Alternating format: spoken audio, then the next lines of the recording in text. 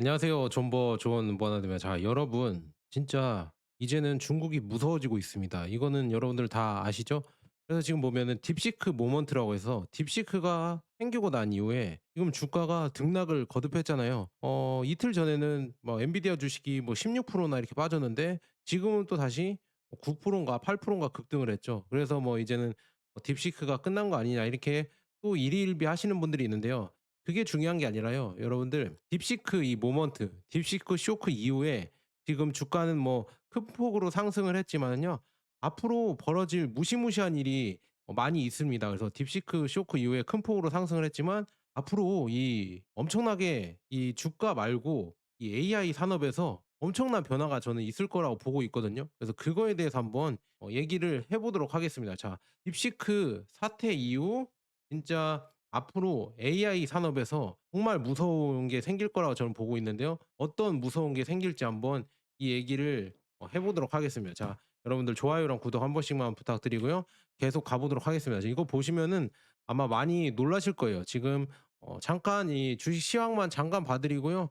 가 보도록 하겠습니다. 자, 어제 뭐 딥시크 때문에 급락을 했다가 이제 다시 또 이제 빅7 종목들이 급등을 했죠. 그래서 엔비디아가 8.93% 올랐고요. 그다음에 마이크로소프트랑 애플은 또 올랐습니다. 이 딥시크에 뭐 그렇게 타격을 받지 않고 마소나 애플은 이렇게 올랐고요. 그다음에 구글, 메타, 페이스북, 뭐 아마존, M7 종목들이 다시 또 이렇게 급등을 했다 이렇게 볼 수가 있습니다. 그래서 지금 보면은요. 우리가 투자하고 있는 우리는 보통 개별주는 그렇게 많이 안 하고 QQQ나 TQQQ 그다음에 스파이, SOXX, SOXL, 속슬, SCHD 이렇게 ETF를 많이 하잖아요. 그래서 ETF 등락폭을 보면은 어제는 생각보다 엔비디아는 많이 올랐지만 속슬은 1.24% 밖에 안 올랐습니다. 그래서 반도체 관련해서는 약간 진짜 의문이 아직까지도 남는다고 저는 볼 수가 있거든요. 그래서 '반도체 이 장비가 역시나 딥시크 때문에 그렇게 필요한가?' 이거에 대한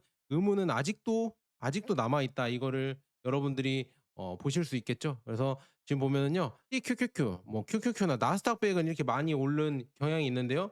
반도체는 많이 오르지 못했다. 이렇게 볼 수가 있으면서 차트로만 봐도 뭐 차트는 뭐 길게 안 볼게요. 차트는 보시면은 TQQQ는 다시 또 이렇게 좀 올라온 지금 느낌인데요. 지금 뭐 반도체 세배 레버리지는 지금 아래에서 이제 계속 바닥을 기고 있다. 그래서 이것도 잘 못 올라오고 있다. 이렇게 볼 수가 있습니다. 그래서 뭐 폭락했을 때 살 걸 뭐 이렇게 해서 딥시크 이후에 지금 급등을 해서 사람들이 폭락할 때 살 걸 이렇게 했거든요. 엔비디아가 뭐 9% 가까이 오르니까 저도 엊그제죠. 27일 날 저는 이렇게 샀습니다. 지금 속슬이랑 속슬 뭐 이렇게 쭉 사고 QQQ, TQQQ나 그다음에 SOXX, QQQM 그다음에 스파이, S&P 500 이렇게 쭉 샀거든요. 샀고 나서 LOC라고 해서 또 장 마감 전에 또 주가가 하락하면 매수할 수 있는 LOC 거래를 또 걸어 줘서 QQQM이나 아니면 TQQQ나 속슬이나 뭐 반도체 SOXX나 이렇게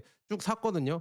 그래서 저는 뭐 바닥에 이렇게 매수를 했고요. 어제는 매수를 안 했습니다. 어제는 좀 올랐기 때문에 올라서 매수를 안 했고요. 오늘 만약에 오늘 장이 또 하락을 한다고 하면은 좀 매수를 해 볼까 생각 중이다. 이렇게 여러분들에게 말씀드리고요. 그다음에는 지금 보면은 제 이렇게 유튜브 구독자님이신데요. 제가 유튜브 하면서 좋은 점이 뭐냐면요. 똑똑하신 분들 있잖아요. 똑똑하신 분들이 댓글로 저한테 많이 가르쳐 주세요. 그래서 이 댓글도 한번 읽어 드릴게요. 읽어 드리면서요. 진짜 무서워진 게 뭐냐면 진짜 이걸 한번 보셔야 됩니다. 이게 진짜 인사이트가 대박이거든요. 딥시크 무서운 거는 API를 오픈했고 이제 이게 개인용 좋은 워크스테이션 그다음에 고성능 모바일 기기에서도 돌아간다는 것임. 그래서 이게 무슨 뜻이냐? 즉 대형 서버에서 H백을 대량으로 가지고 있어야 돌릴 수 있었던 시대가 끝났음. 이게 중요한 거죠. 대형 서버나 대형 데이터 센터 이런 게 없어도 이제는 개인 PC로도 이 AI를 돌릴 수 있는 시대가 왔다. 이렇게 이분은 설명을 하고 있거든요. 그래서 쭉 보면 앞으로는 개인들이 실험에서 실험해 볼 수 있는 시대가 됐다는 것임. 그래서 이걸 이해해야 하고 그다음에 즉 이걸 더 좋은 GPU에서 돌리면 더 좋아질까? 답은 아니라고 합니다. 그러니까 엔비디아의 엄청난 고성능 이 GPU로 돌리면은 이게 더 좋아질까 이렇게 생각하시는 분들도 있잖아요. 근데 그거는 아니라고 이렇게 얘기가 나오고 있습니다. 이건 그걸 위해서 여러 곳에 정밀도를 희생하고 저사양에서 돌아가게 만들었다는 것인데 이거에 초점이 있고요. 저사양에서 모바일까지 이게 가능하다는 것이 진짜 큰 것이다. 그러니까 이게 아마 예를 들자면요. 우리가 이런 거죠. 이게 일상생활에서 AI를 쓴다고 하면요. 우리가 뭐 스포츠카를 사진 않잖아요. 고성능 막 300km 가고 뭐 이렇게 가는 스포츠카를 사진 않잖아요. 그래서 지금 일상생활에서는 그냥 한 100km 정도만 가는 100km도 빨리 가는데 100km 정도만 가는 전기차가 필요하다. 이 정도만 하면 되지 200km, 300km 갈 필요 없지 않냐. 이 얘기를 하는 겁니다. 그러니까 굳이 이 고성능 GPU가 일상생활에서는 필요하지 않아서 오히려 이게 이렇게 변했다 이런 얘기 같습니다. 그래서 이렇게 변해서 바뀌고 있다고 하고요. 그다음에 그럼에도 성능이 괜찮하다는 게 충격이다. 그러니까 저성능 반도체로 그러니까 엔비디아의 이 고성능 반도체로 안 돌리고 그냥 저성능 반도체로 돌렸어도 이게 이 성능이 괜찮다는 게 쪼금 충격이라고 하고 있고요. 물론 모바일은 더 좋아져야 좋다고 이렇게 나와 있고요. 그다음에 즉 모바일 독립 AI 시대 용어는 기억 안 나는데 이게 가능해졌다는 것이고요. 모바일 AI 디바이스로 만드는 것이 가능한 애플. 그래서 애플 주가가 오른 거다. 그러니까 모바일 이런 테크, 모바일 기기 이런 게 애플이 잘 만들잖아요. 제가 아까 말씀드렸다시피 개인용 PC나 워크스테이션 그다음에 모바일 기기 이런 거를 고성능으로 잘 만드는 데가 애플이죠. 그래서 애플이 지금 보면은요. 주가를 한번 보도록 하겠습니다. 애플의 주가는 딥시크가 쇼크를 때린 와중에도 오히려 그전에 내려갔다가 딥시크가 때린 와중에는 오히려 더 급등을 했거든요. 엔비디아는 한번 비교해 드릴게요. 엔비디아가 한번 보시면 여러분들이 비교가 될 겁니다. 엔비디아 이걸 비교를 해 보시면은요. 엔비디아는 하는 지금 이 상황에서 엔비디아는 급락을 했었잖아요. 급락을 하는 동안 오히려 애플은 그동안 올랐거든요. 이 오르는 이유를 다 이렇게 설명이 되는 거다 이렇게 볼 수가 있습니다. 그래서 지금 이렇게 이런 쪽으로 바뀐 게 아닌가 이렇게 볼 수가 있고요. 그다음에 지금 애플이 그동안 그 AI에 관해서 투자를 안 한 게 이게 중국 통이라서 중국을 잘 알고 있기 때문에 이런 이유 때문에 AI 투자에 대해서 주저한 거 아니냐 이런 얘기가 나오는 게 다 애플이 이런 거를 알고 있어서 하는 거 아니냐 이런 댓글 달아주신 구독자님의 이 내피셜이 좀 있었다. 그래서 제가 봤을 때도 이 얘기가 일리가 있다. 그래서 애플은 오히려 주가가 더 오를 수도 있겠구나. 그러니까 뭐 어떤 분들은 야 이제는 딥시크가 나오면서 AI 버블이 다 꺼질 거다 이렇게 얘기를 하시는 분들도 있겠지만 이게 이제 산업이 커졌다고 이렇게 생각이 들고요. 그래서 엔비디아 주가가 내려갈 수는 있어도 그다음에 그다음으로 뭐 테슬라나 아니면은 마이크로소프트 그다음에 애플 뭐 이런 다른 쪽 오픈 AI 소스로 개발을 하거나 아니면 그 모바일 기기를 만드는 이런 회사들은 또 오를 수가 있어서 우리는 예측이 불가하다. 그러니까 개별주의 상승과 하락은 진짜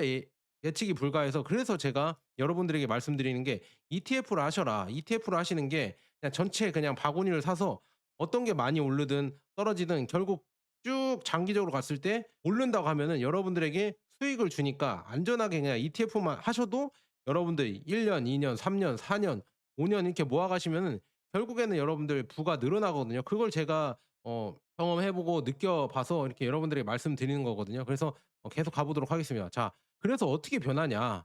이 투자 말고 이게 어떻게 변하냐 이것도 봐야겠죠. AI 기술은 이 원래 딥시크가 나오기 전엔 다 이렇게 얘기를 하고 있었잖아요. 소수의 큰 기업에 의해서 독점되어 왔고 그다음에 이렇게 되었지만 이제는 딥시크가 나오면서 수많은 기업이 AI를 구축할 수 있는 환경이 조성되었다. 왜냐?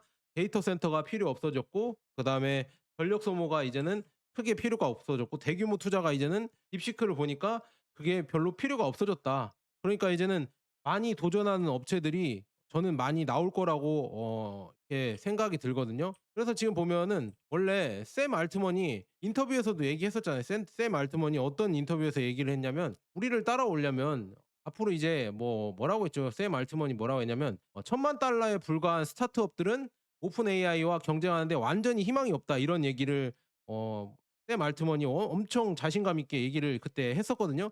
근데 이제는 그런 게 뭐라고 해야죠? 필요가 없어졌다. 이제는 딥시크가 나오면서 이거 잘못 썼네요. 딥시크가 나오면서 이 중국 사회주의 국가에서 참 이게 자유에 대한 열망이 있어서 만들었는지 모르겠는데 오히려 오픈 AI 있잖아요. 오픈 AI. 샘 알트만의 오픈 AI는 이 제목과 다르게 엄청나게 폐쇄적이고 오픈 AI 그 자체가 독점을 해서 가져가려고 했었는데 그 후에 이런 여러 가지 AI 개발을 자기가 독점해서 가져가려고 했었는데 지금 딥시크가 나온 거는 진짜 사회주의 국가에서 이 약간 공산당 독재라고 해야 되나요? 약간 독점적으로 이렇게 통제를 하는 국가에서 오히려 자유를 열망하게 돼서 오픈 프로그램으로 만들었다. 오픈 프로그램으로 만들어서 개방을 시켜서 이 미국 기업들이 오픈 AI가 개발되는 거랑 정반대로 갔습니다. 그래서 이게 이제 개방이 되면서 아마 여러 이제 사용자들이 개발을 하고 다른 이제 전문가들이 아마 여기에 들어가면서 개발을 하겠죠. 이게 개발을 한다고 하면은 더 많이 이렇게 딥시크 모먼트라고 하죠.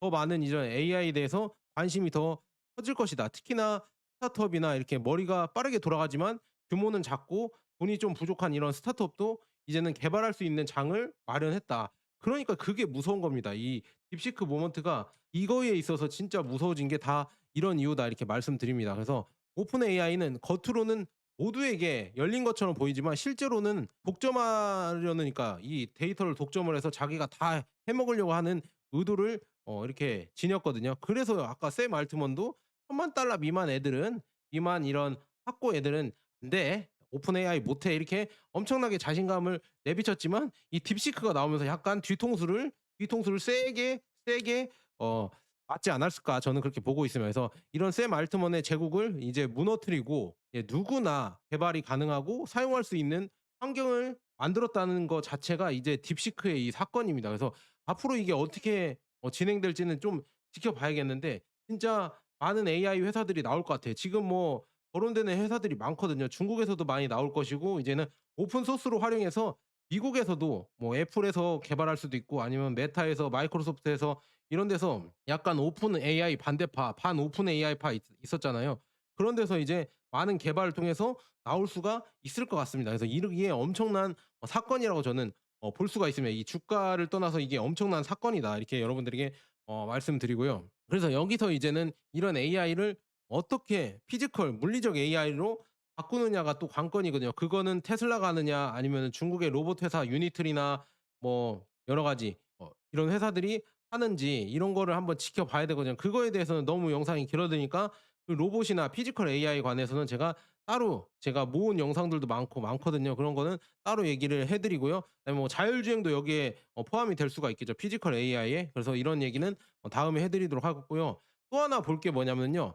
야 진짜 이거 한번 보세요. 지금 보시면은 여기 이게 트위터에서 퍼온 글인데요. 한번 보도록 하겠습니다. "AI는 중국이 장악했음." 왜 그러냐면요. 중국이 왜 이렇게 무시하는지 모르겠는데 지금 "중국은 AI의 진심이다. 모든 국가 역량이 AI에 투입 중이다." 그래서 이걸 보면은 미국의 AI 개발자 대부분이 중국인이거나 중국계라고 이렇게 나와 있습니다. 그래서 쭉 보시면은 미국에서 일하는 중국인 AI 엔지니어 그다음에 이 vs 그다음에 중국에 일하는 중국인 AI 엔지니어 이 싸움이다. 그래서 둘 간의 경쟁이다. 그래서 중국 대학의 컴공이죠.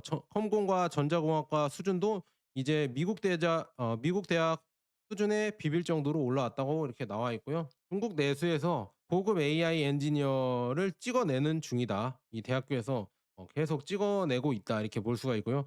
한국은 뭐 했는지 모르겠다. 한국은 뭐 아파트 공화국이잖아요. 아파트 찍어내고 있었죠. 아파트 찍어내고 그다음에 의대를 보내잖아요. 공부 잘하면 누가 공대 갑니까? 누가 컴공과 가요, 고생하게. 의대 가셔서 고생 안 하시고 고연봉으로 이렇게 평생 근무해야 되잖아요. 그래서 지금 보시면은 여기에서도 나와 있습니다. 지금 딥시크 창립자 양원평이고요. 그래서 중국과 미국 간의 AI 경쟁은 실제로는 중국의 젊은 중국인과 미국의 젊은 중국인 사이에서 벌어지고 있다. 그래서 오픈 AI 이 개발자들 한번 보도록 하겠습니다. 개발자 사진 한번 비교해 볼게요. 사진을 한번 비교해 보도록 하겠습니다. 자, 이거 비교해 보면은요. 여기 지금 중국인들이 약간 동양계 사람들이 많은 것 같아요. 중국인이겠죠? 그다음에 여기도 중국인인가요? 잘 안 보이는데. 그다음에 또 어디 있죠? 여기도 중국인. 그다음에 여기도 한국인인가요? 한국인인 것 같기도 하고 중국인인 것 같기도 하고요. 그다음에 여기도 있고요. 여기도 또 있고요. 중국인들이 이렇게 속속들이 있다. 그래서 이 AI 개발 분야에서 '아 중국인들이 많구나.' 그러니까 앞으로 이제 이 AI 관련 개발에서 중국 이 AI도 엄청나게 크게 성장할 수밖에 없다. 이 인력이니까 인적 자원이 진짜 중요하니까요. 근데 한국은 아파트 공화국이라서 이런 게 안 되고요. 의대만 보내려고 하니까 한국은 이 AI에서 이제는 명함도 못 내민다. 저는 이렇게 보고 있고. 그래서 지금 보면은 이 수학 경시 대회일 거예요. 아마 이 사진인데요. 지금 중국의 이제 수학 경시 대회 중국 팀이고요. 미국 팀인데요. 다 동양인이죠. 아마 이 여기에 중국 사람일 겁니다. 거의 다 중국 사람이니까 한국 사람이 있을까요? 한국이 예전에는 이런 데 많았는데 지금은 한국 사람들이 거의 없어졌어요. 그래서 엔지니어들이 진짜 다 한국은 의대만 가는 거 아닌가. 의대 가고 그다음에 아파트에만 우리가 목매고 있는 거 아닌가. 이런 기술 경쟁이 아니라 중국이랑 미국은 그러니까 이 AI에 관해서 엄청나게 투자를 하고 있는데 우리는 아파트에 엄청난 투자를 하고 있죠. 참 씁쓸하다. 우리나라의 미래가 앞으로 진짜 어두워질 것 같아서 너무 이렇게 씁쓸하다고 이렇게 여러분들에게 말씀드리고요. 그래서 처음에 기술 분야에서 이 피치맨 샘 알트먼이 피치맨이었고 무엇이든 팔 수 있다고 이렇게 얘기를 했지만 딥시크 박사들은 오히려 세상의 원시적인 기술적 천재성이 언제나 쇼맨십을 이긴다는 것을 이제는 보여줬다고 이렇게 나오고 있으면서 매끈한 피치만으로는 진정한 전문성과 혁신을 할 수가 없다. 딥시크가 나온 게 이런 변화의 지금 하나의 시초다 이렇게 나오고 있습니다. 그래서 윌리엄 호우라는 사람이 어떤 얘기를 했냐면 기술 업계에는 꿈을 팔 수 있는 샘 알트먼 같은 투수에게 유혹받기가 쉽다. 하지만 진정한 게임은 딥시크의 팀과 같이 원초적인 기술적 재능을 가진 사람들이다. 이렇게 나와 있고요. 알트먼의 뭐 자금과 관심을 확보하는 능력은 타의 추종을 불허하고 있지만 실제 전문 지식을 능가하기에는 충분하지 않다. 그래서 딥시크는 560만 달러의 예산을 투자한 소수의 박사 과정에 AI가 그러니까 AI 대기업과 경쟁할 수 있는 것을 이런 걸 증명을 했다. 그래서 알트먼은 세련된 피치를 가지고 있을지 몰라도 딥시크의 기술 혁신이 이런 물결이 이런 뭐라고 하죠? 이들의 업적을 이제는 이길 수가 있었다. 이긴다는 것을 보여줬다. 이렇게 얘기가 나와 있고요. 그러니까 뭐 윌리엄 후는 이렇게 얘기를 하는데요. 알트먼이 이 미래를 팔면서 막 엄청나게 뭐 "AI가 좋을 것이다." 이렇게 얘기를 하면서 10억 달러 예상 규모를 하고 실리콘밸리에서 엄청난 투자를 하는 동안 조용히 이 딥시크 팀들은 조용히 기술 개발을 하고 이런 혁신을 이뤄냈다. 그러니까 진정하게 이런 코드 뒤에서 숨겨진 이런 조용한 혁신을 이뤄냈고 조용하게 이런 기술 발전을 이뤄냈다. 이런 얘기를 하고 있는 겁니다. 그래서 쇼맨십이 중요한 게 아니라 진정한 기술 혁신과 노력이 더 중요하다. 이런 얘기가 나와 있거든요. 그래서 딥시크가 이런 거를 보여준 거 아닌가 저는 그렇게 보고 있고요. 그다음에 더 중요한 거는 또 이런 변화가 있습니다. 지금 보면은요. 원래는 이 기득권들 AI가 원래 기득권이라고 생각했거든요. 그러니까 "돈 없는 애들은 들어오지 마라. 돈 없는 애들은 들어올 생각하지 마라." 그래서 무슨 말이냐면은요. 돈이 엄청난 투자가 있어야 된다. 투자가 있어야죠. 돈이 많이 있어야 되는데 AI를 개발하려면 그게 이제는 필요 없어졌다. 이런 고성능 GPU가 이제는 필요가 없고 그냥 투자만 잘하면 된다. 그러니까 투자만 잘하면 되는 게 아니라 고성능 이런 GPU가 필요가 없어졌고 그냥 저성능 GPU로도 딥시크처럼 만들 수 있으니까 그만큼 이제 자본력이 약한 이런 기업들도 더 많이 이제는 투자를 뛰어들 수가 있다. 이런 엄청난 기득권을 무너뜨리는 데에도 딥시크가 하나의 공헌을 했다. 이렇게 볼 수가 있습니다. 그래서 이게 참 엄청난 지금 사건이라고 보고 있고요. 그래서 더 무서운 건 뭐냐면 중국이 이제 더 많이 개발을 한다는 얘기죠. 이 하웨이가 지금 보면요. 910C 뭐 이 하웨이에서 나오는 칩이거든요. 910C 뭐 2025년 그다음에 910D 뭐 이런 거를 생산을 한다고 하고 있거든요. 그래서 이게 지금 중국의 AI 시장에서 50에서 70%가 하웨이 손으로 넘어갈 것 같다. 그래서 딥시크도 여기에 이 어센트 하웨이 어센트 칩을 사용을 하면서 아마 이거를 키울 것 같다 이런 얘기가 나오고 있거든요. 그래서 이것도 참 무서워진 이런 영향이겠죠. 하웨이가 이제는 더 커질 수 있다. 이런 제재에서 우리가 무너질 것이다 이렇게 얘기가 나왔지만 결국은 이렇게 다시 또 이제 딥시크 때문에 중국 칩에 황금기가 열릴 수가 있다 이렇게 볼 수가 있으면서 딥시크 V3는 하웨이 어센트 칩에서 첫날 출원을 지원을 한다. 그래서 하웨이의 910C 그래서 엔비디아의 H100과 경쟁하는 제품인데요. 이걸로도 이제는 돌아가니까요. 엔비디아의 핵심인 쿠다 이 생태계 있잖아요. 소프트웨어 플러스 생태계이고 하웨이는 뭐 여기 쭉 해서 이 저장소 유지 관리하는데요.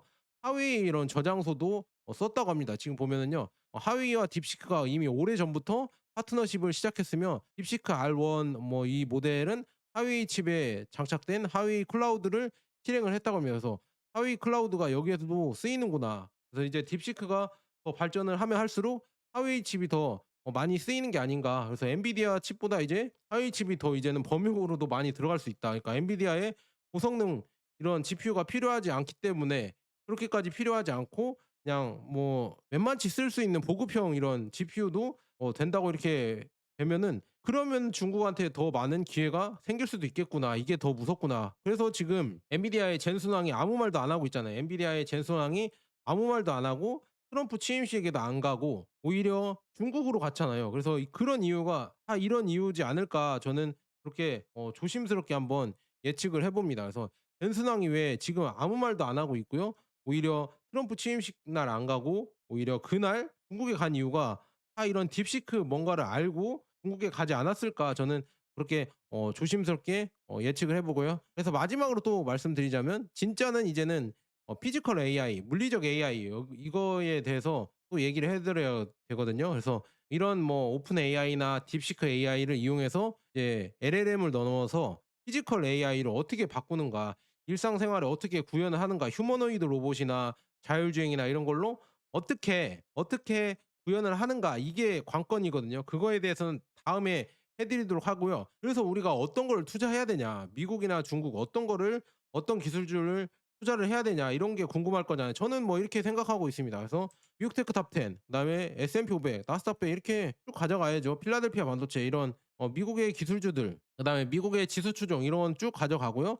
그다음에는 뭐 차이나 반도체가 아마 뜨겠죠. 이제 딥시크가 나오면서 이제는 그렇게 고성능 반도체가 필요한 게 아니구나. 그러면은 중국의 반도체도 충분히 뜰 수가 있죠. 그다음에 차이나 항생 25 이것도 저는 매수를 하고 있고요. 그다음에 항생테크, 그다음에 차이나 전기차 뭐 이런 중국 관련 기술주들이 아마 뭐 CSI 300 뭐 이런 것도 있는데요. 그런 것도 아마 뜰 것 같다고 생각을 하고요. 그다음에 이제 미중 전쟁이 격화되면은요. 기술 전쟁이 격화되면은 혹시나 이제 경기 침체가 오고 또 하락이 올 수도 있으니까요. 그냥 금현물 에이스 KRX 금연물 금도 조금씩 모아가는 것도 나쁘지 않을 것 같다. 저는 그렇게 보고 있어요. 미국과 중국이 경쟁을 하면은요. 금의 가치도 또 올라갈 거라 저는 보고 있기 때문에 금도 괜찮다. 그래서 이렇게 지금 딥시크 이후에 어떤 변화가 일어나고 그다음에 어디에 우리가 중점적으로 투자를 해야 될까 이거에 대해서 한번 알아봤습니다. 그래서 여러분들도 한 번씩 생각을 해 보시고요. 어떻게 투자를 해야 될까 이거를 한 번씩 여러분들이 생각해 보시고 투자에 참고하셨으면 좋겠습니다. 세상은 이렇게 새로운 게 나오고 변화되고 있으니까 여러분들 그런 것도 잘 보시고 존 버나드 유튜브도 많이 구독과 좋아요 눌러 주셨으면 좋겠습니다.